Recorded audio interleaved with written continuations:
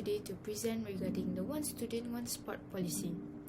My group consists 4 persons, including me. The first one is Putri Nakib Ahta, the second one is Intan Nur Batisha, the third one is Nur Shafika, and the last one is me, Nur Nadia Suryani. Without any delay, let's get started.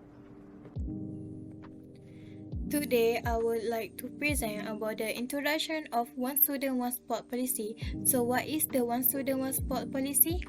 The One Student, One Sport policy is requiring every student to participate at least one sport activity at school. This policy supports the implementation of the National Philosophy of Education, which focuses on producing intellectually, spiritually, emotionally balanced human being and physical. This policy is done at the primary school level as well as in the secondary school. The goal of the policy is to have a healthy social school environment and to help meet work objectives between the Ministry of Education and other major government agencies, such are the Ministry of Healthy, which deal with health concern, and the Ministry of Youth and Support, which is promote support for all and high performance sport. Another goal of the policy is provide access to all students in reaping the benefit of involvement in sport. This is especially true to the less fortunate of different health background or disability and less active students, and provide opportunity for all talented students and the potential to be polished to a higher level. Next, I will present about the ways to strengthen policy implementation. First and foremost, the school should plan how to maximize the use of faculties, equipment, and expenses.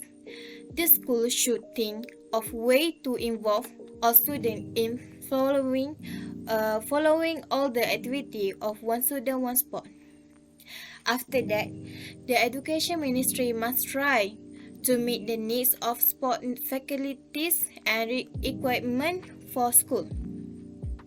By adding new and in good condition equipment, students will be more motivated to use it and more willing to always use it.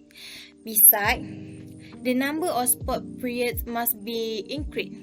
By increasing the duration of the sport, such as 3 or 4 days, it will improve student performance, thus creating a sense of pride in students. Lastly, the physical education curriculum design also requires some change. This to attract the interest of students and make it a culture in their life. Policy issues or policy problems are problems or issues that arise before the policies are being introduced. In One Student, One Sports policy, there are 2 problems that leads to the policy, which are number 1, declining sports culture, and number 2, the increase in the numbers of obese students. Decline interest in sports among school children and youth in Malaysia not only affect the schools but also affect the country, which Malaysia cannot perform very well in any sports event at the local or at the highest level, which is international games. This is because we have limited numbers of athletes, which lead to less competency between the athletes. So the government realized that we need to make a change on the mindset of the children and youth at the purpose or benefit of sports, because nowadays we can see that there is a less participation from the children in any sports at school or at any level. Number 2, the increase in the numbers of obese students. We can say that Malaysians are mostly lack of awareness and have the mindset that as long as we are young, there's nothing bad going to happen to them, and as if only it's going to happen to the oldest. But in fact, Malaysia is one of the country with the highest number of obesity among its citizens. And it's not only among the oldest, because today we can see that there's a lot of school children that suffer and become obese. So this problem lead to the one student one sport policy, because they want to let students to become more active physically and mentally, and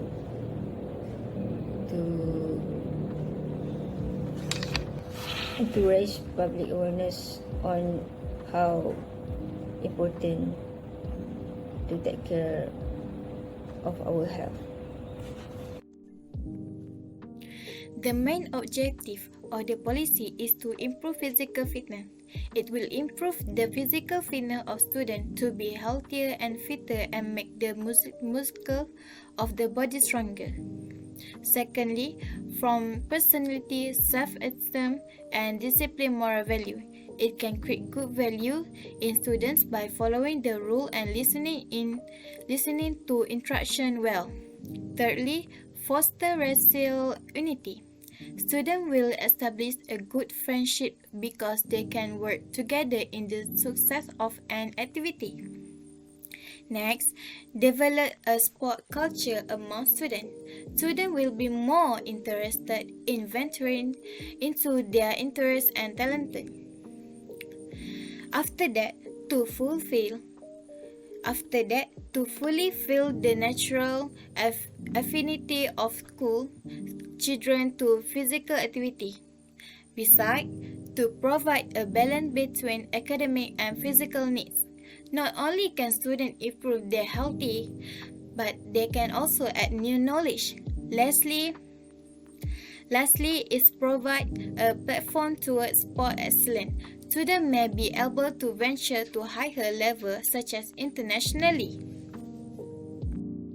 Now I will explain the actor involved in this policy.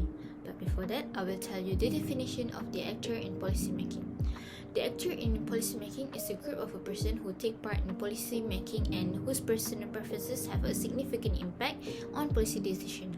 This policy includes the both high performance and massive sports, and it was created the basis such as activities are important component of the government's comprehensive future development aimed at the entire population. The main actor involved in this policy is the political executive, which is Tan Sri Muhyiddin Yassin. Tan Sri Muhyiddin Yassin launched the One Student One Sport policy in 2011. Tan Sri Muhyiddin Yassin, who was the Minister of Education as well as the Deputy Prime Minister back then, stated that the activities would reconcile the multiracial population and the government's goal to make sports into a significant vehicle solidarity. These days, students are not interested in sports, so they need to be forced to be involved. The tendency is to play games and gadgets, which is harmful to the nation's assets. There are many purposes of this policy, and one of it is to establish a stable social school culture, as well as to support the Ministry of Education collaborative focus specific goals with the other government agencies, which is Ministry of Health, that deals with the health issues. This policy is designed to ensure that all students, especially those less advantaged. Plus, it is to secure that all students of skills and abilities, including the possibilities, have the opportunity to be burnished to a top scale through sports activities. The next one is school. The school is also included in the actor involved in this policy. The school has a vital role in evaluating the administration and efficiency of the One Student One Sport policy. As this policy focuses on student community, One Student One Sport policy is made compulsory for Standard 4 and Standard 6 student in primary school, along with the removed class or known as kelas peralihan, and Form 1 to Form 6 in secondary school. The one student, one sport policy involves the teachers where they are instructing the student in co-curricular activities. The co-curricular senior assistant teacher is in charge of supervising and assessing extracurricular activities at the school. He or she guides the schools with all aspects of management and organization in co-curricular activities. Besides, the Parent-Teacher Association, also known as PIBG, or Persatuan Ibu Bapa dan Guru, is an education association or an actor involved in this policy. Co-curricular activities are extracurricular activities in which all students are encouraged to participate.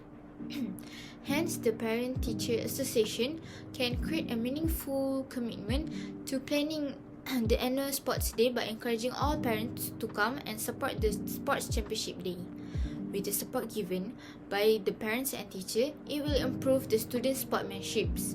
As a result, the co-curricular field might grow in terms of glory, quality, and perfection. There are three ways to implement the strategies of the policy, which number one, to provide financial assistance, number two, mandating students' involvement in sports, and number three, forming an association or sports body. Number one, provide financial assistance. Government allocates a decent of money fairly to each schools in Malaysia in order to let the schools to develop the sports in school by using the money that was allocated wisely.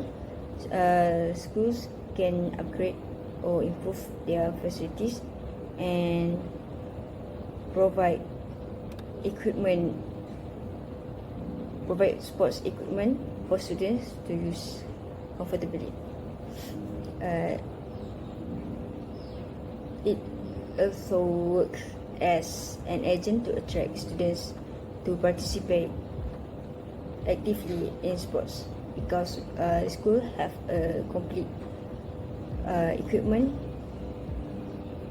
and suitable and comfortable facilities for students to use. Number two, school teachers can make plans on suitable activities that should or need to be carried out, and they should also put in the creative elements into the activities that they want to have, because students will have more interest to join if the activities or program are attractive to them. For example, schools can have a school sports day or national sports day celebration, and by having students participation in a program, it will be more interest for them because they feel needed, and they will become more motivated because they are also involved with the behind of the scene. Not just that, schools can also forming an association or sports body that works separately from schools and to become the assistants for schools by assist in providing ideas or to bring new technologies in order to improve sports in schools. The organization will share their thoughts or opinions on how to improve school sport team and etc. For example, they can help training or consultation to ensure the performance of the school athletes. I am Putra Nakia Akhtar, number ID 2021838924 will carry on the presentation for the evaluation on the effectiveness of policy. First of all, evaluation process. How the Ministry of Education see their own policy progress. They use SWOT analysis. What the meaning of SWOT analysis? SWOT analysis is commonly applied in every organization, which it helps them to establish a good planning in order to achieve their organization's goals. It uses internal and external factors to evaluate where those are factors that determine the planning results on the future. The analysis contains 4 that influence the organization plan, which are strength, weakness, opportunity, and threat. We begin with the policy strength. It refers to the ministry's superiority before implement the ministry's policy. First of all, the Ministry of Education has sufficient workers in their organization where they're able to monitor the policy's progress across the country, such as performance of delivery units. Second, the Ministry of Education is playing an important role in the national development, where they are given responsibility to provide a good education for Malaysian people in order to fulfill nation's labor market.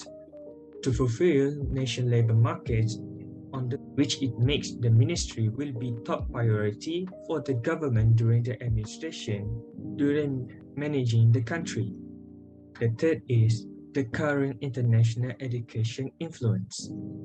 Many countries around the world begin to develop their own education system to ensure they're able to compete and follow with the current development that increasingly happen across the world.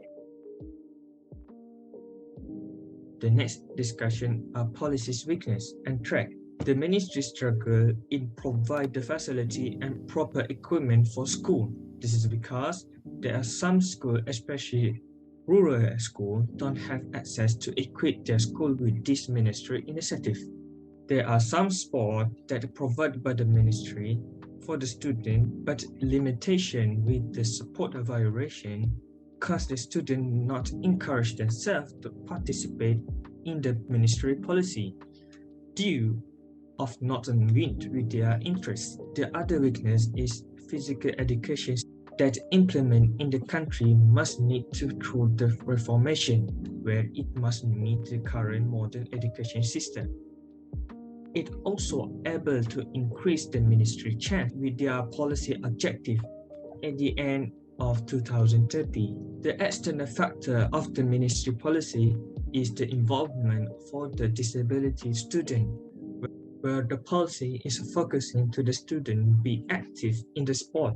These students need to be provided with a specific procedure and suitable sport with their own ability by ministry, which is not very focused often by the ministry itself. The other threat is student prospective participation with the ministry policy, where there are many students think it is not necessary to involve themselves in being active in the sport. This student is more to them who have introvert characteristic. There are many students think it is not being necessary to themselves involved in the sport.